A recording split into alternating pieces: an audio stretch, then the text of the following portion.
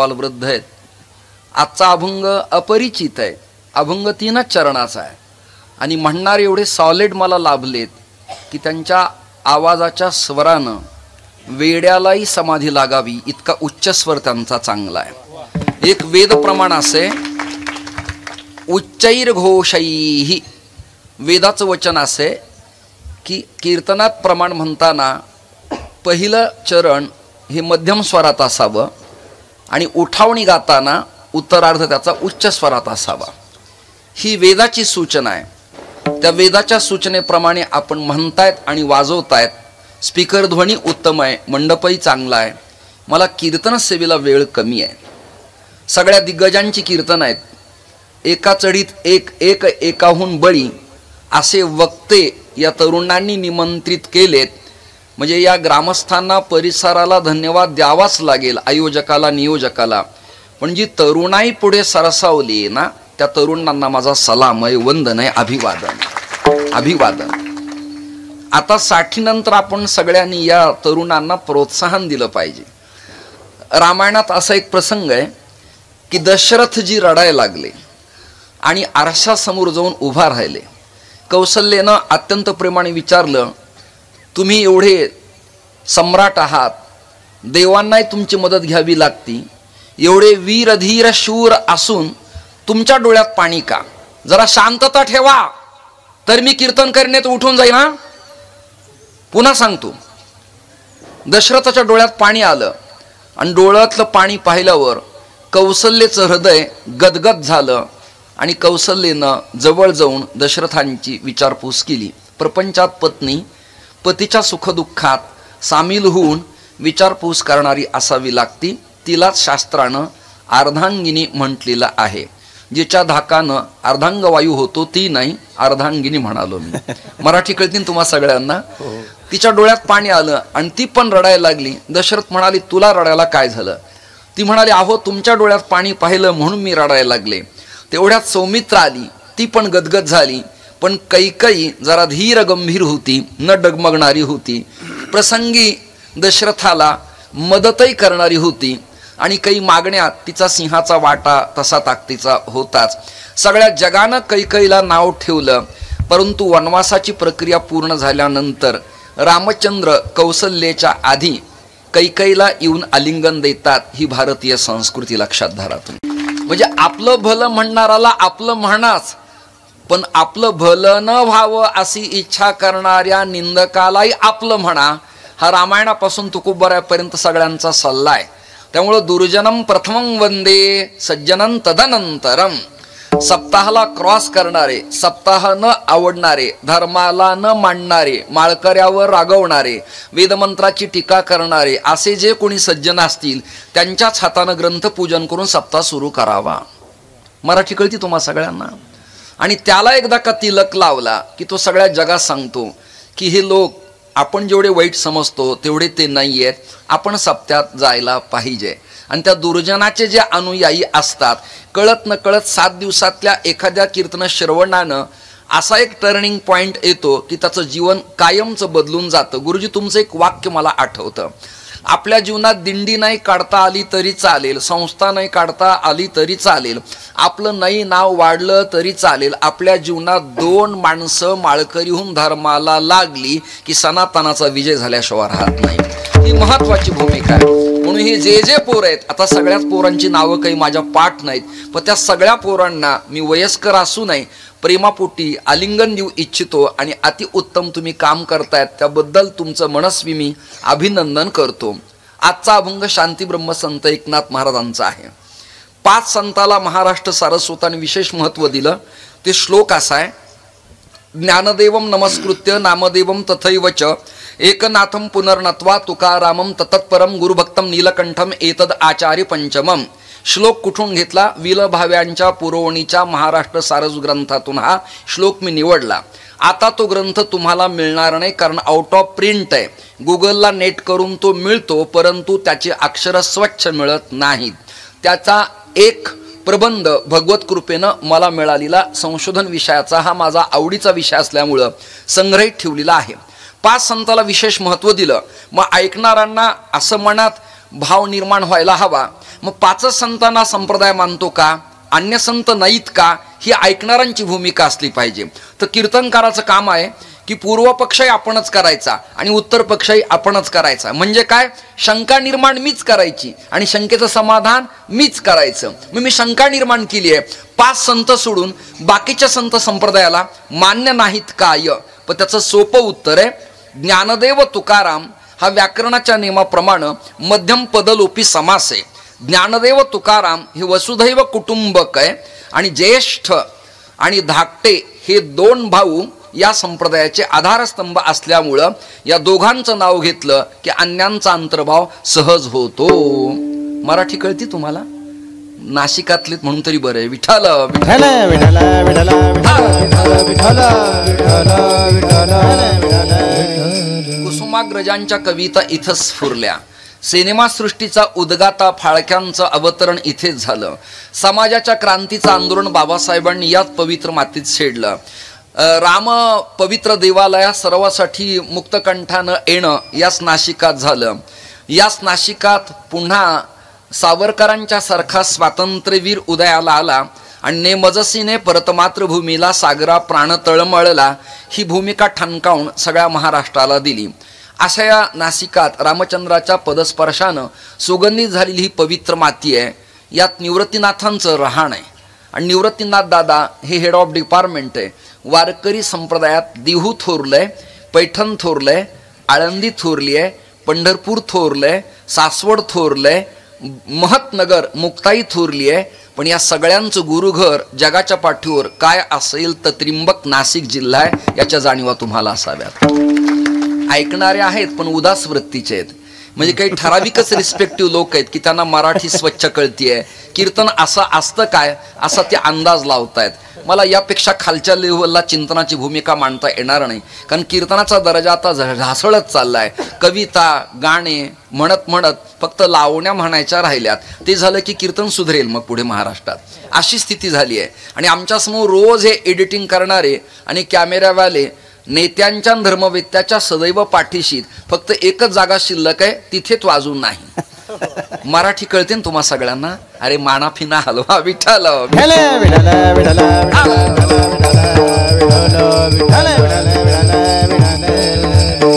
त्रिंबक महाराष्ट्राच्या भारतीय वारकरी तत्वज्ञानाचं माहेर घर आहे. अजून एक वाक्य बोलतो, जागे असाल तर टाळ्या द्याल आपण. नाशिक महाराष्ट्राचं नाक आहे. इथं ज्याचं नाक चांगलंय तोच नाक घेऊन फिरू शकतो. नकट्या नाकाचे बाणानं उडवण्यात येतात, हा रामायणाचा सिद्धांत आहे. शूर्पणखेचं नाक याच नाशिकात समाप्त केलं होतं ना, म्हणून धर्म न मांडणारी कोणी शूर्पणखा इथं नसावी. ऐकताय ना, ऐकताय ना? आणि रावण कुंभकर्णाच्या वृत्तीचा राजकारणातला परमार्थातला कोणी नसावा. रामचंद्राच्या तीक्ष्ण आणि सूक्ष्म बाणानं त्याचं जीवन समाप्त झाल्याविना राहणार नाही. 5 संत आहेत. या 5 संताला महत्व आहेच, पण चोखोबाराय, गोरोबा काका, नरहरी महाराज, वंका बंका, जळोजी मळोजी, समर्थ रामदास स्वामी, निळोबाराय, बहिणाबाई पाठक, संत मीराबाई या काही संत नाहीत का? संतच आहेत. भानुदास, जनार्दन स्वामी, चक्रपाणी, सूर्यनारायण बाबा, माणकोजी महाराज बोधले, हे सगळे संतच आहेत. पण एकदा लीडर संताचं नाव घेतलं की उपांगण सगळे येतात. मी एकदा का हिंदू धर्म सांस्कृतिक रक्षक संघाच्या राष्ट्रीय अध्यक्षाचं नाव घेतलं की जिल्हा, तालुका, विभागीय सगळे त्यात आले. घरातल्या थोरल्या स्त्रीला हळदी कुंकाचं निमंत्रण दिलं की धाकटीला मधलीला आलं असं गृहीत धरावं. टाळकरी चिकार उभ्या असू द्या, पण 2-3 कॅबिनेट म्हणणारांचं नाव घेतलं की त्याच्या उपांगण बागी सगळे येतच असतात. अभंग वाजवतायत, अजूनही कोणी वादक असतील, पण त्यांचं नाव घेतलं की उपलक्षणानं बाकीचे सगळे आलेच आले. फॉरेन, लंडन, फ्रान्स, जपानच्या शिखर परिषदेला मोदींना निमंत्रण दिल्यावर महाराष्ट्रातल्या ग्रामपंचायत सदस्यांनी विनाकारण रुसण्यात मजा नाही असं मला वाटतं. विवेकानंदानं शिकागोला मानलं ना की पुन्हा एखाद्या बुवांनी म्हणू नये की मला बोलवलं नाही म्हणून. काही कारण नाही. आपल्या लोकप्रतिनिधीला, आपल्या लीडरला, आपल्या आचार्याला प्राधान्य दिलं की बाकी सगळेजण आलेच आले. कुंभमेळ्याच्या धर्मपरिषदा जेव्हा होतात तेव्हा काही सगळ्याच महंतांना, मंडलेश्वरांना निमंत्रण नसतं. त्या त्या पदावरचे प्रमुख बसून विचार विनिमय करतात आणि सभा संपन्न होते. भारतीय न्याय निवाडा करताना 4 पीठाचे शंकराचार्य एकत्र येत नाहीत, पण भगवंताच्या कृपेनं एकत्र जर आले आणि त्यांना देवाने सद्बुद्धी जर दिली तर त्यांचा निर्णय हा शास्त्रातला अंतिम निर्णय. आपल्या संप्रदायात गुरुवर्य मोठे बाबांना, कुरेकर बाबांना, साखरे बाबांना, जयराम बाबांना, वक्ते बाबांना जर निमंत्रण दिलं तर ते सगळ्यांना आलं असं गृहीत धरायचे. लक्षात आलं ना? संस्थेच्या अध्यापकाला निमंत्रण दिलं की विद्यार्थी सगळेजण त्यात आलेच आले. म्हणून 5 संतांचं नाव तुमच्या समोर मांडलं. याचा अर्थ बाकीचे कमी असा कृपया कोणी अज्ञान बुद्धीनं लावण्याचा केविलवाना प्रयत्न करू नये. त्यापैकी आजचा अभंग संत श्रेष्ठ शांतीब्रह्म संत एकनाथ महाराजांचा अभंग आहे. आपल्याकडे 4 संप्रदायात एक संप्रदाय प्रकाश आहे. प्रकाश संप्रदायाचे लीडर, करते धरते, उद्गाते निर्माते श्री आदिनाथ गुरु सकळ सिद्धांचा ऊन होऊन पासून ज्ञानदेवा सार चोजविले. ऐकताय ना? ही परंपरा प्रकाश. दुसरी स्वरूप परंपरा, आपल्या गाडीत मागवा झालेला विषय. स्वरूप परंपरेचे उद्गाते स्वरूप संप्रदाय, अयोध्या मठ, सज्जनगड, डोमगाव हे त्या मठाचे क्रांतिकारी संत आहेत आणि या परंपरेत रामदास स्वामींचा समावेश आहे. काही बुवांना हे नाही आवडत, पण गाणे शेरशायरी म्हणण्यापेक्षा समर्थांचा श्लोक काही त्यापेक्षा खालचा आहे असं मला वाटत नाही. स्वरूप संप्रदाय ऐकताय ना? मग तिसरा संप्रदाय चैतन्य. यात राघव, केशव, बाबाजी, तुकोबाराय, निळोबाराय ही चैतन्य परंपरा. आणि अजून एक क्रम आहे, त्याचं नाव आनंद सर्व लोकांना मंगल आणि गृहे गृहे. या परंपरेत नारायण, ब्रह्मा, आत्री, दत्तात्रय, जनार्दन, संत एकनाथ महाराजांच्या पासून भारतातली सकल शिष्य संत परंपरा. याला श्लोक सांगतो. आदिनारायण पदम धातारम चात्री सत्पदम दत्तन जनार्दनं चैव एकनाथम नतोस्म्यहम. म्हणजे श्लोकासह तुम्हाला मी स्वच्छ भूमिका मांडली. अशा एका परंपरेनं समलंकृत असलेल्या नाथरायांच्या गाथेतील श्री भगवान शंकराच्या अनेक अवतारापैकी मारुतीचा भाव मांडणारा अभंग मी वेगळ्या पद्धतीनं निवडलेला आहे. सातत्याने गुरुजी संत प्रकरण, नाम प्रकरण, मागणी प्रकरण आणि काला या 2-3 विषयातच वक्ता आणि सप्ताह समाप्त होतो. आपण ज्या मानाने लोकांच्याकडनं घेतो, ऐकताय ना, त्या मानाने नित्य नूतन नवे विषय लोकांच्या समोर देणं गरजेचं असतं. रोज आमच्या रेकॉर्डिंग आणि शूटिंग होतात, तेच लोकांच्या समोर जाऊ नये म्हणून हा एक छोटासा प्रयत्न मी आपल्या समोर केलाय. म्हणून मी हा आजचा अभंग निवडलेला आहे. सुरुवात आपली आता. भगवान विष्णू परमात्म्याचे अवतार मच्छ, कच्छ, वराह, नारसिंह, वामन, परशुराम, राम, बौद्ध आणि कलंक हे अवतार आहेत. कलंकी सह वर्तमान. श्रीमद भागवतानं 24 अवतार प्रतिपादन केले. गर्ग संहितेनं 6 अवतार प्रतिपादन केले. वारकरी संतांनी 2च मानले, राम आणि कृष्ण. मग विठ्ठल या देवतेला कुठे बसवायचं त्याचं उत्तर विठ्ठल पंचक स्तोत्र नावाच्या ग्रंथात गुरुवर्य वैकुंठवासी निवृत्ती महाराज वक्ते आबाणी जो ग्रंथ लिहिला त्यात असं लिहिलं. सुंदर श्लोक आहे. नमः पंढरीनाथाय पंढरी पुरवासीने पांडुरंग प्रकाशाय विठ्ठलाय नमो नमः. म्हणजे पुराणात व्यासानी पांडुरंगाचं वर्णन केलं. हे उत्तर तुम्हाला मिळालं. 18ही पुराणे हरिसी गाती याचं उत्तर तुम्हाला मिळालं. म्हणजे पांडुरंग वैदिक देवता आहे. पांडुरंग ही आचार्यांची देवता आहे. पांडुरंग ही सनकादिकांची देवता आहे. पांडुरंग प्रल्हाद, नारद, पराशर, पुंडलिक, व्यास, अंबरीश, शुकशौनक, भीष्म, दालभ्य, रुक्मांगद, अर्जुन, वशिष्ठ या सगळ्यांची देवता आहे. ही शंकराचार्यांची देवता आहे. ही नाथ पंथाची देवता आहे. ही जगातल्या 4 संप्रदायाची देवता इष्ट असल्यामुळे तुका म्हणे जाते संकाधिक ध्यात ते अमुचे कुलदैवत पांडुरंग. वारकरी संप्रदाय पांडुरंगाखेरीज अन्य देवाला मानतो काय? प्रश्न क्रमांक 1. तुम्ही जागेत ना सगळेजण? मग मानतो का सगळ्या देवाला? हो मानतो. पण तरी त्यांचा अट्टहास असा आहे, एक धरीला चित्ती आम्ही रखुमाईचा पती. दुसरं प्रमाण, एक गावे आम्ही विठोबाचे नाम आणि कापे काम नाही आता न अन्य इति अनन्यता सर्वसंगी विटाला तू एकला आवडसी. बर एको देवो देवकी पुत्र एव, म्हणजे एका विठ्ठलाखिरीज अन्याला हा संप्रदाय मानतो काय? हो मानतो. मला रामलखन महाराजांचं एक वाक्य आठवतं, आता ते नाही आहेत पण वाक्य आठवतं. ते म्हणाले, श्रद्धा सबके प्रति रखो लेकिन समर्पण एक जगह होना चाहिए. वाक्य संपलं. ज्यांना कळलं त्यांना. काही ठराविकच चेहरे माझ्याशी प्रसन्न आहेत, बाकीच्यांना हा खोपडीला त्रास देणाराच विषय. विठ्ठल विठ्ठल विठ्ठल विठ्ठल विठ्ठल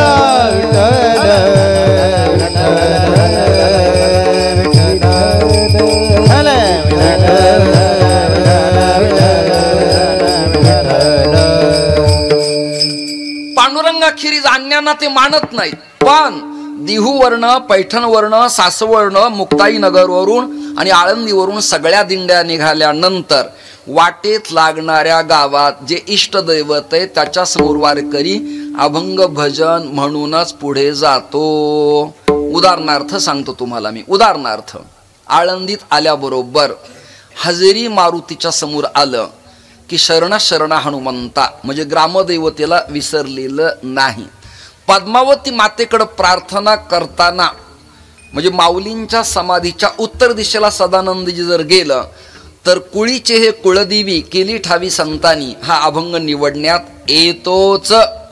बर, सिद्धेश्वराचं वर्णन करताना सगळ्यांच्या पाठातला अभंग आहे. आळंदी हे गाव पुण्यभूमी धाम, आळंदी हे गाव पुण्यभूमी धाम, आळंदी हे गाव पुण्यभूमी धाम, आळंदी हे गाव पुण्यभूमी धाम. नाव सिद्धेश्वर, दैवताचे नाव सिद्धेश्वर, भेटी मेळा, 84 सीताचा तिथं मेळा, दैवताचे नाव सिद्धेश्वर, दैवताचे नाव सिद्धेश्वर, 84 सीताचा मेळा, 84 सीताचा तिथं मेळा. असंच एक पॅरलल प्रमाण आहे, थोडं वेगळं आहे. 84 सिद्धांचा सिद्धबेटी मेळा, प्रत्यक्ष स्थापिला कल्पवृक्ष, असं त्या तीर्थाचं वर्णन आहे. म्हणजे आळंदी ज्ञानोबराय मुकुटमणी असले तरी, वारकरी संप्रदायाचं उपास्य पांडुरंग रुक्मिणी परमात्मा असले तरी सिद्धेश्वर महादेवाला ओगळलेलं नाही. ऐकताय ना तुम्ही? ऐकताय ना? कालभैरवाची प्रदक्षिणा करताना कासिका पुराधिनाथ कालभैरवम भजे हे विसरलेलं नाही. ऐकताय ना तुम्ही? पंढरपुरात जरी तुम्ही राहिलात तरी चंद्रभागा तीर्थ आल्यावर अवघीच तीर्थे घडती एक वेळा आणि चंद्रभागा डोळा देखील या असं म्हटलेलंच आहे. म्हणजे देशकाल परत्वे राजकारणी लोक आपली संघटना, आपलं उद्दिष्ट, आपला पक्ष सोडून इकडे तिकडे जातात. तसं वारकरी परंपरेचं आहे काय? कधी पांडुरंग, कधी गणपती, कधी देवी, कधी कालभैरव, कधी राम, कधी दत्तात्रय, हे असं आहे काय? तर नाही. याचं उत्तर काय? आपल्या भारतीय संस्कृतीत आणि महाराष्ट्रातल्या संप्रदायामध्ये विविधतेमध्ये एकता पाहायला मिळते. विठ्ठल विठ्ठल विठ्ठल विठ्ठल विठ्ठल विठ्ठल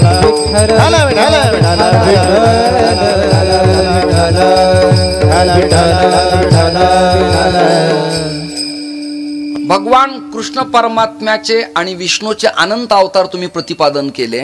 शंकराचे काही अवतार आहेत. शंकराचे काही अवतार आहेत. 2-3 नावं तुमच्या समोर मी सांगतो. कोल्हापूरला जर गेलात तर एक वेगळ्या प्रकाराचा गुलाल आहे आणि तो गुलाल जास्त भडक लाल अशा प्रकाराचा आहे आणि तो उधळला जातो ज्योतिबा तीर्थक्षेत्रात. ज्योतिबा आणि खंडोबा या अश्वावर बसलेल्या दैवता बऱ्याच लोकांना 85 वर्षाचं वय झालं तरी कळत नाहीत. त्याला मूर्ती रहस्यशास्त्राचं ज्ञान लागतं. मग मल्हारी मार्तंड आणि ज्योतिबा यातला भेद कळतो, अन्यथा कळत नाही. ज्योतिबा नावाचं दैवत आहे, त्यालाही प्राधान्य आहे. बर, कनकगिरी पर्वतात राहणारा देव आहे. कनकगिरी पर्वत यांना जड जाईल जरी नाशिकातले असले तरी. जेजुरी गडावर राहणारा जो देव आहे त्याचं नाव मार्तंड भैरव आहे, खंडेराया. त्याची धर्मपत्नी आहे ती महाळसा, आणि अजून एक आहे तिचं नाव बाणू. हे पूर्वीच आहे गुरुजी, यात काही वेगळं नाही आहे. एखाद्याच नशीब असतं, हे सगळ्यांना शक्य नाही. विठ्ठल विठ्ठल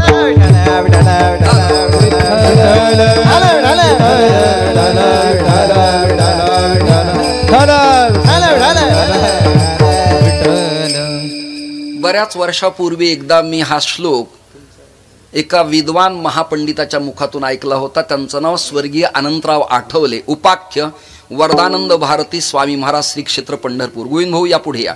विठ्ठल विठ्ठल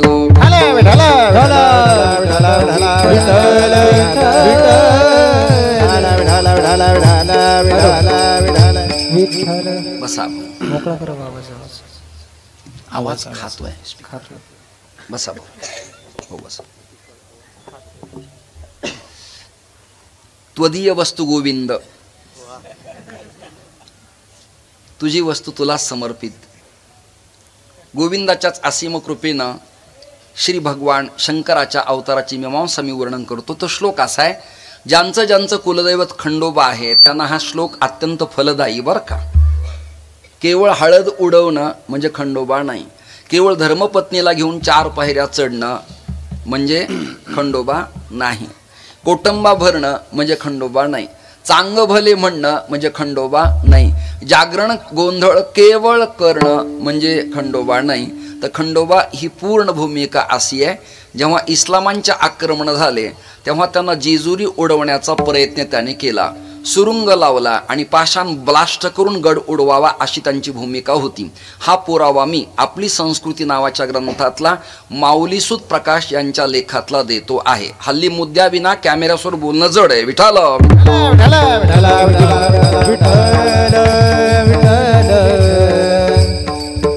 त्याने ते छिद्र पाडलं पण ती दारू फुसकी निघाली, म्हणजे आवाज झाला नाही, गडाला धक्का लागला नाही. त्यातनं करोडो भुंगे आले, भुंगे कळतायत ना, भुंगे आले आणि ते सैन्याच्या पाठीमागे लागले आणि कित्येक सैनिकाच्या पाठीला त्याने छिद्र पाडले. लाकडं पोखरण्यात तरबेज असलेला भुंगा कातडी तोडायला काही मागे पुढे पाहिल का? कल्पना करा. याचं नाव दारूभेद निपुणाई. दारू म्हणजे पिण्याची, वाजवण्याची नाही. दारू म्हणजे काष्ट, लाकूड, लाकडाला तो छिद्र पाडतो एवढा तज्ज्ञ एमडी आहे, त्याचं नाव भुंगा. त्या भुंग्याने सैनिकांच्या पाठीला छिद्र पाडले, रक्त निघायला लागलं. ते म्हणले या अल्लाह खतरनाक है. मग त्यातले काही म्हणले डेंजर है, इस मल्लू खान कहते है. ते काय म्हणतात खंडोबाला? मल्लू खान. असा खंडोबा सामान्य देव नाही, बड्या बड्यांचे मुर्दे पाडणारा. हे भारतीय संस्कृतीचं वैभव आहे, लक्षात. जरा मधून अधून धर्मासाठी टाळ्या वाजवा, जिवंत राहा. आक्रमण होत आहेत, अति आक्रमण होत आहेत, नालायक काही बोलतात. आज एक बोंबलला म्हणजे काही हत्या करताना मनुवाद्यांची प्रेरणा मिळाली आणि तुझे काय झक मारत होते का त्या टायमाला? विठाला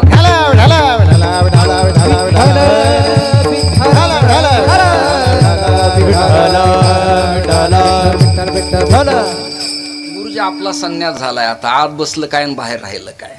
असं एकदाच जेवतो, तिथे एकदाच जेवता येईल, पण ह्या डरपोकांना भ्यायचं नाही महाराज. ही आपली सनातन तोफ आहे. आणि तुम्ही खुशाल निवांत ऐकता अशा नालायकांचं? लाता कमरात घालून चपलांचे हार घातले पाहिजेत. श्रोते हो, विषय आणि मुद्दा नीट ऐका. तुम्हाला कीर्तनानंतर सांगेल, कळणार नाही तुम्हाला. श्रोते हो, याचं वर्णन असं आहे, ध्यायेन मार्तंड रूपम अचलचल कोटी सूर्यप्रकाशम नित्यम बोधावरूढम परमविरळम श्री कोटी कंदर्प दर्पम श्रीमन मल्हारी राजं विजय जयकरम म्हाळसा कांत सिद्धम. मी तुम्हाला पुराणातला श्लोक पुराव्यानिशी सादर केलाय मल्हारी मार्तंड खंडोबाच्या बाबतीत. या श्लोकाचा संदर्भ घेत महाराष्ट्रातल्या संतांनी त्यावरती प्रमाण दिलंय. अहं वाघ्या सोहं वाघ्या प्रेमनगरा वारी सावधुनी भजनी लागा देव करा कैवारी. माझ्या मल्हारीची, माझ्या मल्हारीची वारी वारी, मल्हारीची माझ्या मल्हारीची वारी मल्हारीची वारी, मल्हारीची वारी माझ्या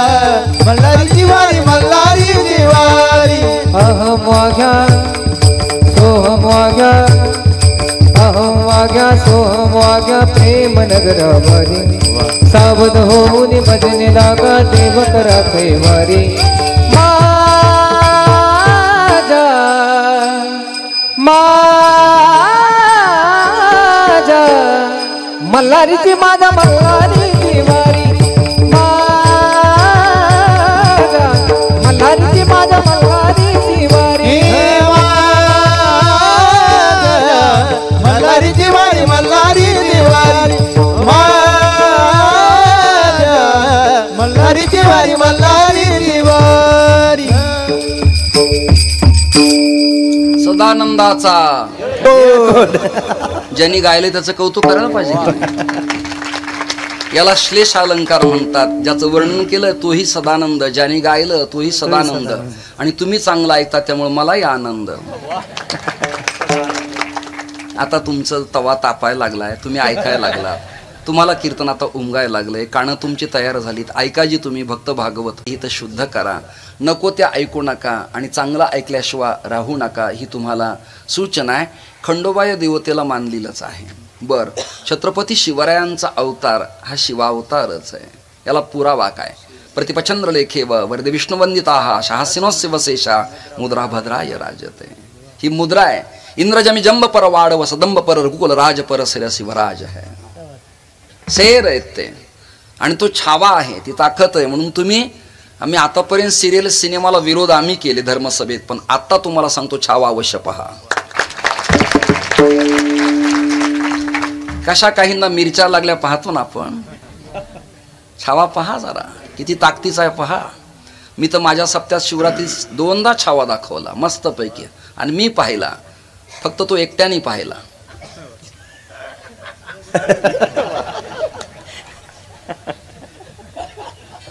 सिनेमा पाहताना पूर्वी कोणीतरी बरोबर असावा असा एक नियम होता.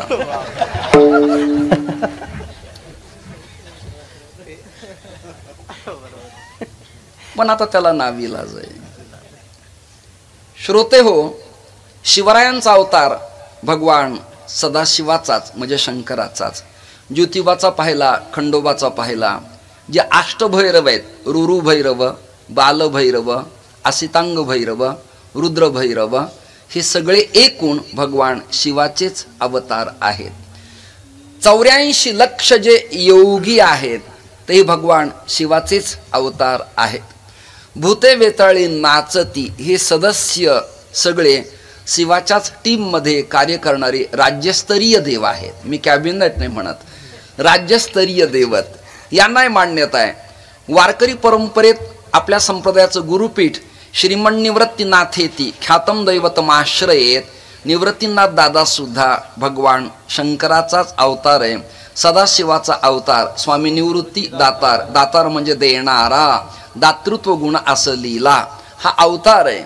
शंकराचे अनेक विध अवतार आहेत, त्यापैकी मारुतीराय कितवा अवतार आहे या बाबतीत आपली समीक्षा चालली आहे. अभंगाकडे बरोबर बोलतोय ना मी. मारुती हे कितवे अवतार आहेत? नाशिकात आणि त्रिंबकात मागे एबीप माझाला मी काही चकमक पाहिली होती विद्वानांच्या धर्मसभेमध्ये. कुणी शब्दांचा वर्षाव करतंय, कुणी आक्रमक होतंय, तर कुणी एकामेकावरती तुटून पडतंय, असं संभाषण मी ऐकलं होतं. आपल्याला काही त्याचं निमंत्रण नव्हतं, आणि विना निमंत्रणाचं हळकुंड लावून पिवळं माणसानी होऊ नये म्हणून मी काय आलो नाही. आणि वाद होता, हनुमंताचा जन्म किष्किंधीला झाला की हनुमंताचा जन्म नाशिकातल्या अंजनेरी पर्वतावरती झाला.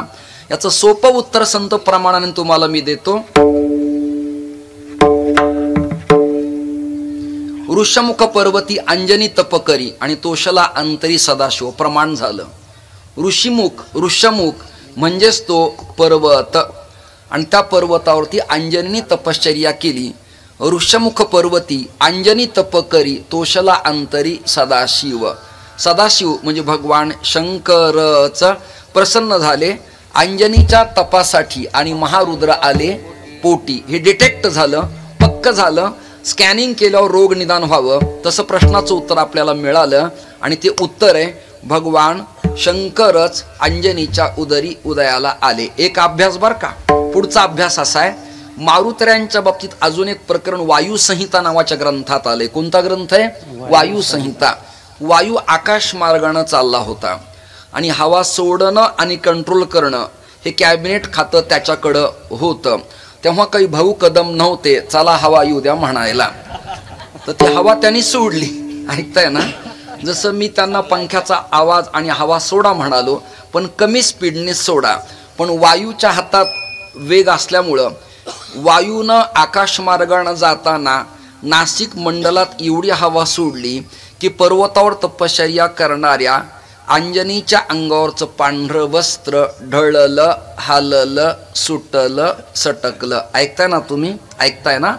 आणि त्या स्वरूपाला पाहून, त्या अंजनीचं स्वरूप, प्रकरसेन मदाहा यस्याहा साहा इति प्रमदाहा. संस्कृत तुम्हाला झेपणार नाही, मराठी देखणं होतं. कसं होतं? देखणं.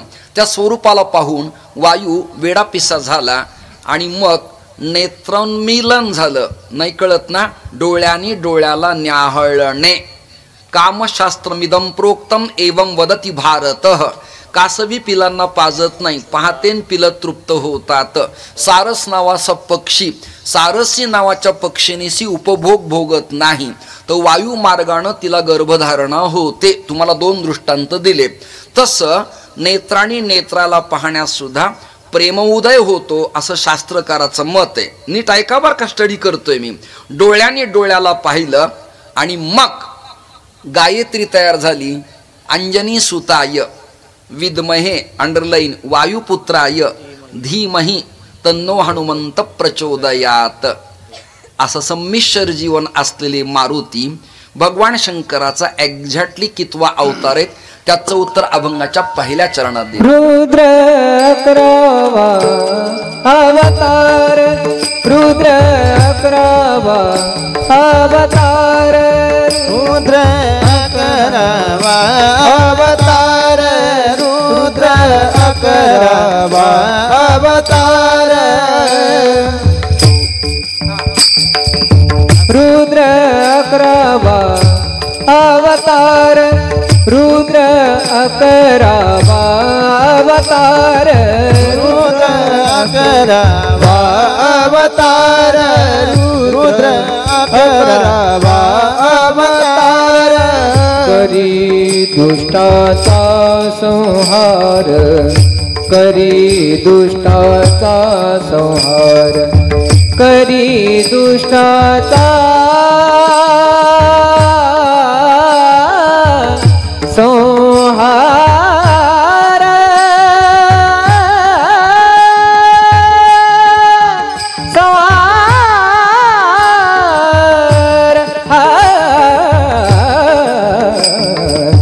करी दुष्टाचा संहार, करी दुष्टाचा संहार. नाम घेता नाम घेता विघ्न जाय, नाम घेता विघ्न जाय, नाम घेता विघ्न जाय, नाम घेता विघ्न जाय, विघ्न जाय.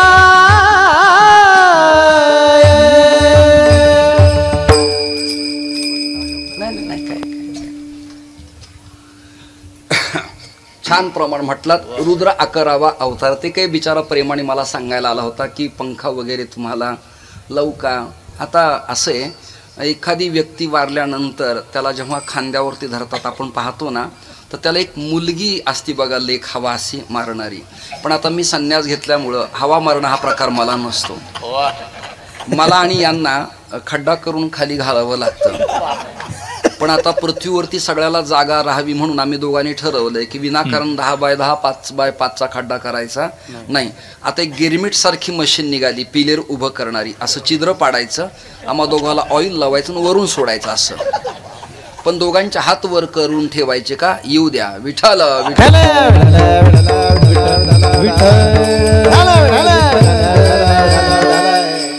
ते खूप प्रेमळ लेकरू. त्याला वाटलं मला गरमायला लागलंय. अरे गरमतय पण करमतय मला. का करमतय? नाविलाज आहे, लाचावले मन. ते जीवे ना सोड्यायचे झाले. छानच. एक तालात बऱ्याच बुवांना म्हणता येत नाही आणि एक तालात बऱ्याच पखावज वादकाला वाजवता येत नाही. जनरली ते धा धीना धा तीना हा धाग दिना का धागे ना धा असा दादरा वाजवतात आणि तो 6 मात्रेतला असतो.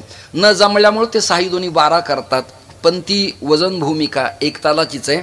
धिन धा तर तू ना कथा धगड धेना धिन हा एक ताल आहे, मात्रा 12 आहेत. बऱ्याच लोकांचं मातीर झालं पण मात्रा वाजवता आल्या नाही.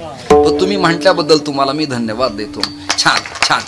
आणि ऐका, या तालाला पोषक राग आहे. हा राग, याच रागात हा प्रमाण म्हणावं लागतं. रुद्र 11वा अवतार करी दुष्टांचा संहार. गोविंद भाऊ आणि गुरुजी, माझ्या लहानपणी माझे वडील म्हणाले, जरा ग्रामीण भागात नडलंय, मला जायचंय संभाजीनगरला आणि तू जाऊन मारुतीची पूजा करून ये. मला नाविलाज होता, वडिलांची आज्ञा शिरसावंदे मानावी लागत होती. वारकरी अधिक वैदिकता घरात असल्यामुळे ते मला म्हणाले, जा आणि मारुतीचा अभिषेक करून ये. मी आळंदीहून नुकताच आलो होतो श्रीकांत भट्ट चितळ्यांच्याकडनं शिकून. ग्रामीण भागातले बिचारे प्रेमळ लोक ते मला म्हणाले, लवकर या. मी लवकर गेलो. म्हणले करा सुरुवात. म्हणलं करतो.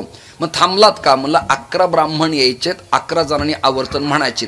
तुम्हाला 11 नाही आले आणि 5वर ॲडजस्टमेंट होत नाही का? मला ॲडजस्टमेंट करता येते, पण माझा एक दृष्टांत ऐकतो का? तो म्हणला ठीक आहे. मग त्याच्या सुनेकडे मी गेलो. गेल्यानंतर तिला म्हणलं, बाई मला पोहे मला खायला छान कर तुझ्या हातचे. कांदा टाकू नकोस पण पोहे कर. जिरे टाक, मोहरी टाक, तिखट मीठ प्रमाणात टाक, पण फोडणीला तेल तूप वापरू नकोस. ती म्हणाली, मग फोडणी कशी देऊ? म्हणलं ऑइल टाक किंवा ग्रीस टाक. दृष्टांत नाही कळला तुम्हाला? ती म्हणी, बाई माझ्या पप्पांनी आजोबांनी काकांनी सुद्धा माझ्या आजीने सुद्धा असा पोह्याचा प्रकार केला नव्हता. हे तुझ्या सासऱ्यांना तू सांग म्हणालो. घरच्या घरीच इंजेक्शन द्यावं लागतं, बाकीकडे जायची गरज नसती. कळलं का? तिथे 11च लागतात, कमी चालत नाहीत. फार शहाणे लोक आहेत. एकाने मला विचारलं, जर पत्नी नसली तर पतीनं पूजेला बसल्यावर काय करावं? म्हणलं सुपारी लावावी, जुना नेम आहे. रामचंद्राची सीता नसताना रामानं यज्ञ केला होता, लवकुश रामायण गात आले होते. तेव्हा राम श्रीमंत असल्यामुळं त्यांनी सुवर्णाची सीता केली होती. रामा एवढा तू श्रीमंत अजिबात नसल्यामुळं सुपारीवर भागवा असा त्याला मी सल्ला दिला. कळते ना तुम्हाला? सोन्याची सीता बायको करू शकत नाही म्हणून सुपारी लाव. तो पुरोगाम्यांच्या अवलाद होता.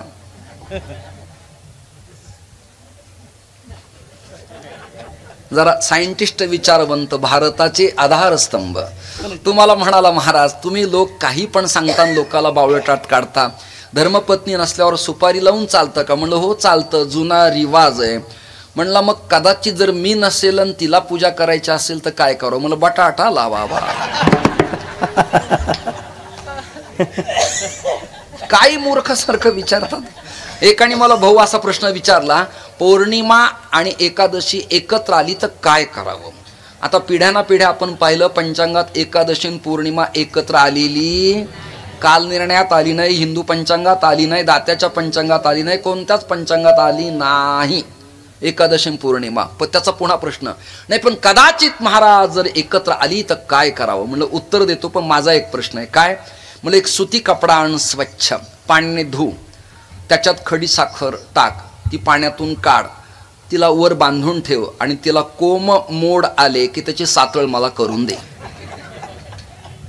दृष्टांत नाही कळला तुम्हाला? तो म्हणला खडी साखरेला अंकुर कसे येतील? म्हणलं एकादशी पौर्णिमा तुझ्या बापान ठेवली का एकत्र? शंका घेणारे आपलेच आहेत, क्षमा मागतो. ख्रिश्चन बांधव बायबलवर शंका घेत नाहीत. इस्लाम सिया सुनी कुराणावर शंका घेत नाहीत. गुरु गोविंद सिंग साहेबा ग्रंथावर सिख बांधव शंका घेत नाहीत. राम सीता कृष्णावर शंका घेणाऱ्या आपल्याच अवलादी त्यांच्यापासून सावध राहावी.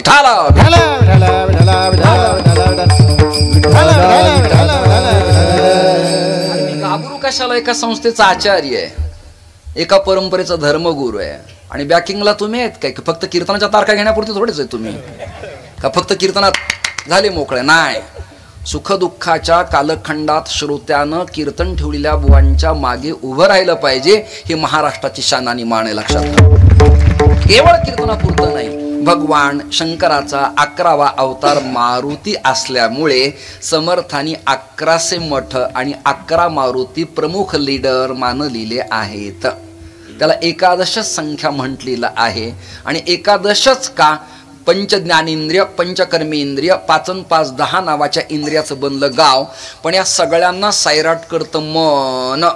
या मनाला कंट्रोल करणारं एकादश स्थान असल्यामुळं एकादश्याम विशेषेन केवलम द्वय भोजनम, एकादशीलाही महत्त्व आहे आणि एकादश रुद्र संख्येलाही महत्त्व असल्यामुळे नाथराय म्हणाले रुद्र 11वा अवतार करी दुष्टांचा संहार. शंकराचा अवतार मारुती आहेत. जसं कृष्ण पूर्ण अवतार आहे, राम पूर्ण अवतार आहे, तसं शंकराच्या अवतारापैकी काही अवतार अंश आहेत, काही अंशांश आहेत, काही आवेश आहेत, काही कला आहेत, परंतु त्यातली त्यात मारुती हा पूर्ण अवतार आहे. विठ्ठल विठ्ठल विठ्ठल विठ्ठल विठ्ठल विठ्ठल विठ्ठल विठ्ठल विठ्ठल. पहिल्यांदा जे मी बेस मांडला होता तत्वज्ञानाचा, पांडुरंगाखेरीज वारकरी संप्रदाय अन्याला मानतो काय? प्रश्न ऐकताय ना, सावध आहेत ना? मग तुकोबरायांचा, नाथरायांचा, नामदेवरायांचा, ज्ञानोबरायांचा, निवृत्तीनाथ दादाचा, मारुतीचा आपल्या संप्रदायात काय संबंध आहे? उत्तर ऐका. शंका सुरुवातीला निर्माण केली होती, उत्तर मी आत्ता देतोय. ते उत्तर असे, बाबाजी आपुले सांगितले, मंत्र दिला राम.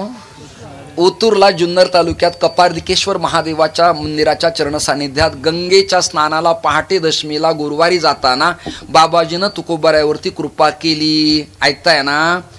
गुरुमंत्र बाबाजीचा, पण वारकरी संप्रदायाचा मार्ग दाखवला कोणी? त्याचं उत्तर आहे काय भक्तीच्या त्या काय भक्तीच्या काय भक्तीच्या काय भक्तीच्या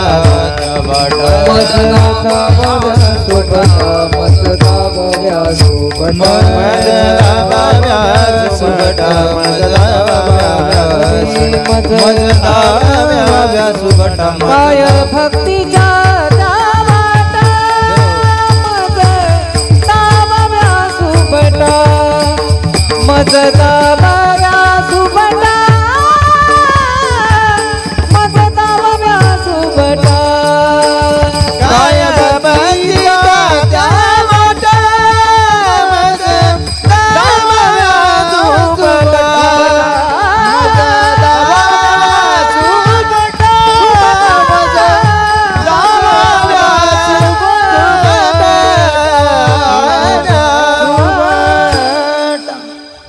माता भगिनींनो, विषय अत्यंत गहन आहे. सुभटा म्हणजे काय? भट म्हणजे ब्राह्मण, भट्ट म्हणजे निष्णात ज्ञानी, भट म्हणजे विमुक्त जाती जमातीतला, पण सुभटा म्हणजे वैष्णव. भाव कळला ना तुम्हाला? सु म्हणजे उत्तम वैष्णव, त्याचं नाव सुभटा. जरा आजामेळाचं उपाख्यान श्रीमद भागवतातलं शुकदेवानी राजा परीक्षितला सांगितलेलं काढा. त्यांनी सांगितले, द्वादशेतानी वै, आम्ही 12 वैष्णव सुभट आहेत असं यमधर्मराज आजामेळाला सांगतो आहे. विषय समाप्त. सुभटा म्हणजे देखना वैष्णव, परमार्थ पथदर्शक. आता संगती ऐका. वारकरी संप्रदायाचे गुरु कोण आहेत? वैष्णवानाम यथा शंभू, आदिनाथ गुरु सकळ सिद्धांचा. एका जनार्दनी वैष्णव शिरोमणी महादेव शिरोमणी महादेव शिरोमणी महादेव. एका जनार्दनी वैष्णव शिरोमणी महादेव शिरोमणी महादेव शिरोमणी महादेव. एका जनार्दनी वैष्णव शिरोमणी महादेव. प्रेसिडेंट, व्हाईस प्रेसिडेंट नाही, डेप्युटी कोण आहे? प्रमुख कोण? लीडर कोण आहे? महादेव. आणि त्या महादेवाचा अवतार भगवान मारुती आहेत. अंजनी पुत्र पवनसुत नामा. आणि त्या मारुतऱ्याला तुकोबाराय वारकरी संप्रदायाची वाट विचारतात. काय गमक आहे, काय चिंतन आहे, काय भूमिका आहे? दोघं एकच आहेत, हरी आणि हर. एक वेलांटी प्रतिबंध करतीये, तेवढी टाकली की नाशिकातला कुंभ आणि त्रिंबकातला कुंभ एकच. कळलं तुम्हाला? परब्रह्मलिंगम भजे पांडुरंगम. त्यांना वाद करू दे, पण तत्वज्ञान ऐक्यता मांडतंय. विठ्ठल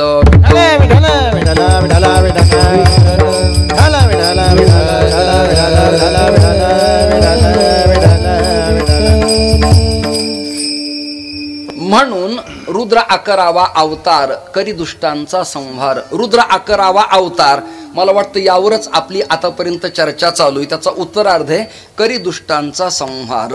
ही देवता दुष्टांचा संहार करते काय? आता शंका आणि समाधान. संहार दुष्टांचा करते त्याला देव म्हणावं का? आईला धाकटा मधला हा पुत्रच असतो ना, पुत्रच असतो ना. तिच्यात मतभेद कसा असेल की थोरला कमवतो, धाकटा जरा नाजूक आहे, मधल्याची जरा पाथर्डी नाक्याला स्ट्रॉंग प्रॉपर्टी आहे, असा मनात भेद तिच्या असू शकत नाही. आणि भेद असेल तर मातृत्व पदाला ती लायक असू शकत नाही, ती आईच असू शकत नाही. वाद नीट ऐका, चिंतनीय भूमिका माझ्या नीट ऐका. जरा कंटाळवाण आहे, पण या स्टडी करणाऱ्या अभ्यासू लोकांना तत्त्वज्ञानाची मेजवानी या अभंगाच्या माध्यमातून देण्याचा मी प्रयास आणि प्रयत्न करतो आहे. दुष्टांचा संहार करतो त्याला देव कसं म्हणावं? कारण भगवद्गीतेत अर्जुनाला भगवान असं म्हणतात, समशत्रोच मित्रे तथा मानापमानयोः शीतोष्ण सुख दुःखेषु समसंग विवर्जितः. मग उभा राहिलेल्या अर्जुनाला, कृष्ण या देवतेला दुर्योधन आणि अर्जुन समानच भासायला हवे होते. बरोबर आहे ना? बरोबर आहे ना? समानच भासायला हवे होते. व्याख्यानातलं भाषणातलं बोलणं आघळ पघळ असतं, पण कृती करताना प्रतिबंध घालावा लागतो. नाही कळलं तुम्हाला? नाही कळलं तुम्हाला? मला मित्र आणि शत्रू सारखेत, यालाच कृष्णनीती म्हणायचंय. काय म्हणायचंय? कृष्णनीती. त्यालाही वाटावं कृष्ण आपलेत, यालाही वाटावं कृष्ण आपलेत. हे वाटणं त्या देवतेचं नाव आहे कृकर्षती कृष्ण. आणि हे वाक्य ऐकून तिकडच्या गटातले विरोधी भावना व्यक्त करणारे सगळेजण म्हणाले, जरी अर्जुनाकडं कृष्ण असले तरी आपल्यावरही त्यांचं तेवढंच प्रेम आहे, यात शंका राहिलेली नाही. कारण ते म्हणतात शत्रू आणि मित्र मला सारखेच आहेत. आता अर्जुन युद्धाला तयारच होईना. भूमिका नीट ऐका. गांडीवं संस्कृते हस्ताक्त्वक चैव परिदह्यते. गीता प्रतिपादन करते की इंद्रिय गलित गात्र व्हायला लागले आणि हातातला चाप आणि कर्णप्रत्यंच्या गळून पडायला लागली, रोमांच उठायला लागली, गदगद होऊन अर्जुन रडायला लागला. भगवंतानी समजूत घातली, अर्जुना काय झालं रे तुला? म्हणाला, मी लढणार होतो देवा, परंतु हे मातुला श्वश्वरा पुत्रा शाल्ला संबंधीनच तथा, हे सगळे माझे नातलग आहेत, सख्खे चुलत भाऊ आहेत. तो आंधळा आहे ना, तो माझा काका आहे. संजयही माझा काकाच आहे, सगळे काका आहेत. विदुरही माझा काका आहे. कृपाचार्य, द्रोणाचार्य, भीष्माचार्य सगळे माझ्या घरातले. भगवान म्हणाले, अर्जुना तुझ्या बोलण्याला मी दुजोरा देतो, ते खरंय तुझं, परंतु मग जर तू त्यांचा आहे तर त्यांना तू त्यांचा हे कान कळावं. विवस्त्र द्रौपदीला केलं तेव्हा या आचार्यांच्या लाजा काही एखाद्या खुंटीवर अडकवल्या होत्या. ऐकताय ना तुम्ही? कृपाचार्य, द्रोणाचार्य, भीष्माचार्य सफेद दाढीवाले निवांत सिंहासनावर बसले होते.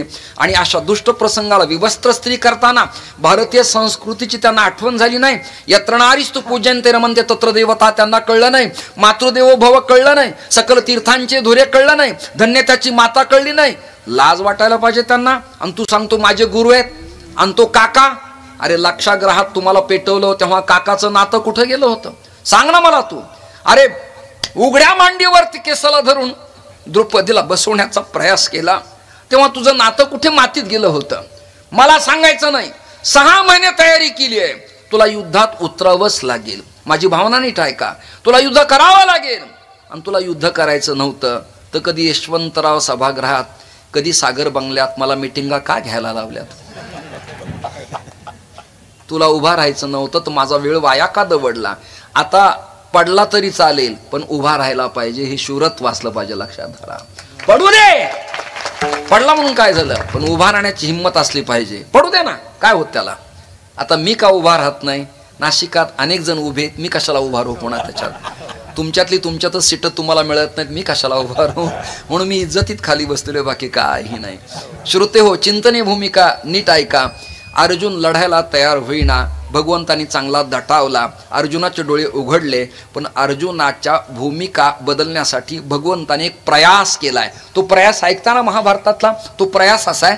अर्जुन पांडवांचे गुरु धौम्य ऋषीत. कोण ऋषी आहेत? धौम्य. नगर जिल्ह्यामध्ये अहिल्यादेवी नगरमध्ये पाथर्डी तालुक्यात धौम्यगड नावाचं गड आहे. त्या गडाचं नामकरण स्वर्गीय यशवंतराव चव्हाणांनी भगवानगड केलं. विषय समाप्त. ते धौम्य ऋषींना शरण गेले. कोण? अर्जुन. पाठवलं कोणी? कृष्ण परमात्म्यानी. मी सांगून जमत नाही. घरातली घरात ज्ञान कळत नसतं. कानं हे इतरांच्याच कडनं टोचवलेले बरे असतात. म्हणून भगवंतानी अर्जुनाला धौम्य ऋषींच्याकडे पाठवलं आणि धौम्यांनी सांगितलं, अर्जुना तुला महाभारतात विजय प्राप्त करून घ्यायचा असेल तर शंकराची सेवा तुला करावी लागेल. विषय कट. सायं संध्येला अर्जुनानं स्नान करायचं, बिलबदल घ्यायचं आणि शिवाच्या पिंडीला व्हायचं, वालुकीची पिंड करायची. आणि मग शंकर प्रसन्न झाले, कडकड कडकड आवाज आला, पिंड दुभांगली आणि शिव तेज निर्माण झालं. कर्पूर गौरम करुणावतारम, डमरू वाजवायला लागला. इथे प्रत्याहार माहेश्वरा आणि सूत्राणी 14 सूत्र बाहेर पडले. बिलबदल वाहिलं आणि नेत्र कटाक्षानं अर्जुनानं भगवान शिवाला पाहिलं. शिव प्रसन्न झाले आणि शंकराने पाशुपत अस्त्र अर्जुनाच्या हातात दिलं. फक्त अर्जुनाला शंकराने सूचना दिली, दिलेलं चिन्ह सांभाळ बाबा. नाशिकात कळायला एवढा वेळ लागतो? विठ्ठल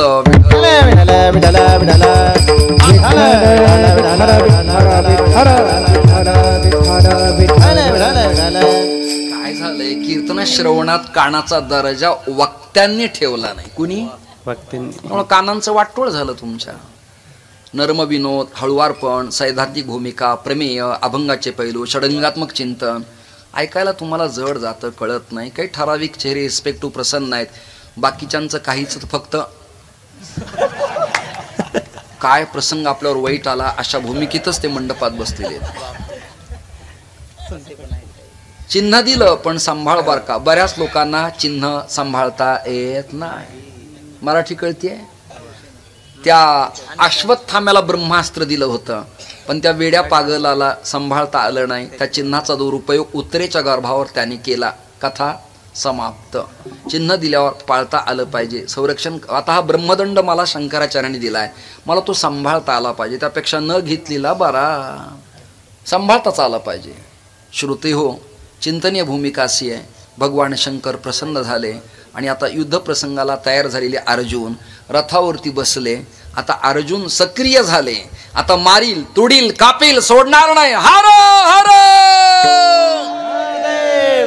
जरा हिंदू जिवंत आहेत असा आवाज नाशिकातून राज्याला जाऊ द्या. हर हर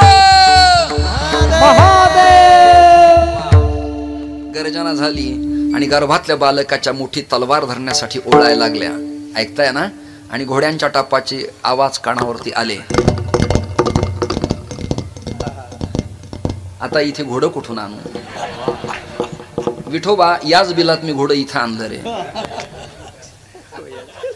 हेही ज्यांना कळलं नाही त्यांना धन्यवाद देतो. याच बिलात सगळे पात्र एकत्र आणणं अवघड आहे, तरी मी घोडं आणलं बुवा, काय करावं.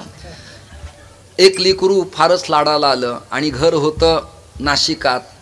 बंगला नव्हता, रो हाऊस नव्हतं, फ्लॅट सिस्टीम होती. घर होतं 5व्या मजल्यावरती, लिफ्ट नव्हती. नवरा थकून भागून ड्युटीहून आला आणि बायकोनी विचारलं एवढा उशीर का झाला. तेवढ्यात ते लेकरू अट्टाहासाला आलं आणि पप्पा पप्पा मला घोडं आणा म्हणायला लागला. ऐकताय ना? आता वर घोडं कसं न्यायचं हो? बायको नवऱ्याला म्हणाले